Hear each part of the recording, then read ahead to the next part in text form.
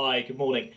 I think the key point is to understand that there's growth and there's growth. A lot of what's being described as the rotation in the market is between growth and value.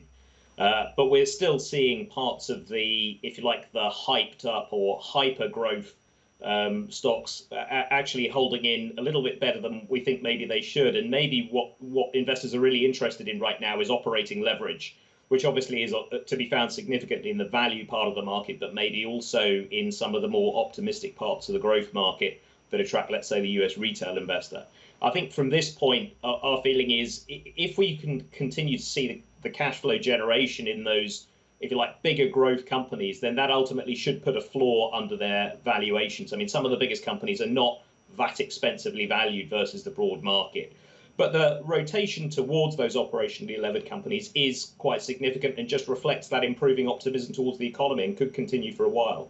The question is this a temporary move higher across the yield curve in the United States and dragging other sovereigns with it, or is it a more permanent feature of what now markets are going to have to work with? Because I understand perfectly why you're talking about focusing on the leverage of businesses, whether they be growth or value at this stage.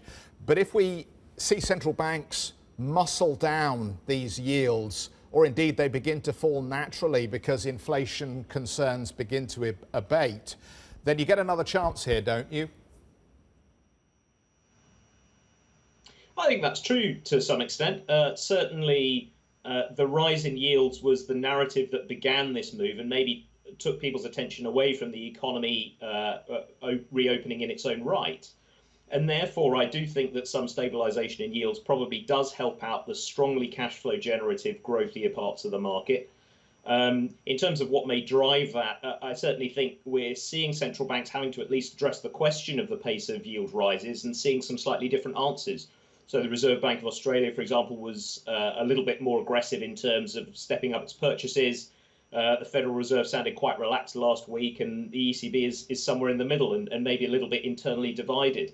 I think what we expect to see from the Fed from here probably depends on broad financial conditions, and the stock market plays a part in that. If we see a meaningful correction in the markets, then I think we would expect the Federal Reserve to reiterate its commitment towards easy monetary policy, and I think that should support the broad market.